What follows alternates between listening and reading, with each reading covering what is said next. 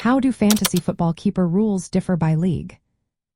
If you are curious about how fantasy football keeper rules can change from one league to another, you are in the right spot.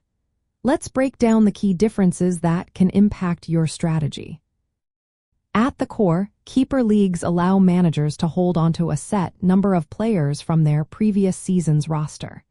This is different from standard redraft leagues, where you start fresh each year. The number of keepers you can retain usually ranges from 2 to 5 players, but this can vary based on the league's rules. One of the biggest differences is the cost associated with keeping players. Some leagues let you keep players for free, meaning you do not lose any draft picks. This makes it easier to keep your best players but can lessen the strategy involved. Other leagues requiring you to give up a draft pick based on where you selected the player the previous year. For example, if you kept a player who was a first-round pick, you might have to forfeit your first-round pick in the new draft. This adds a layer of strategy as you decide whether keeping a player is worth the cost.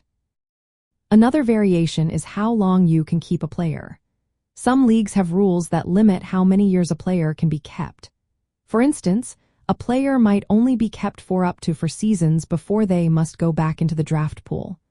Other leagues might limit the total number of seasons a team can keep players, which forces managers to think about balancing star players with new talent. Eligibility rules also play a role. Generally, a player must be on your roster at the end of the season to be eligible as a keeper. Players who are dropped during the season or picked up late usually cannot be kept. You cannot keep players from the waiver wire or from other teams. The number of keepers you can retain affects the draft significantly. In a 12-team league with 3 keepers each, 36 players are kept and removed from the draft pool. This means that the draft becomes more about filling in gaps rather than picking top stars. Some leagues might have additional rules, such as changes to roster sizes or specific limits on positions. These can also influence how you approach keeper selection.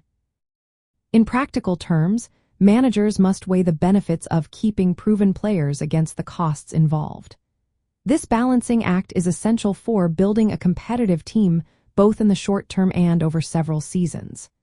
Keeper rules create a blend of redraft and dynasty leagues, linking seasons while still allowing for an annual draft. Overall, keeper league rules differ mainly in how many players can be kept, the costs associated with keeping them, limits on how long players can be kept, and eligibility criteria. These factors shape your off-season strategy and the dynamics of the draft.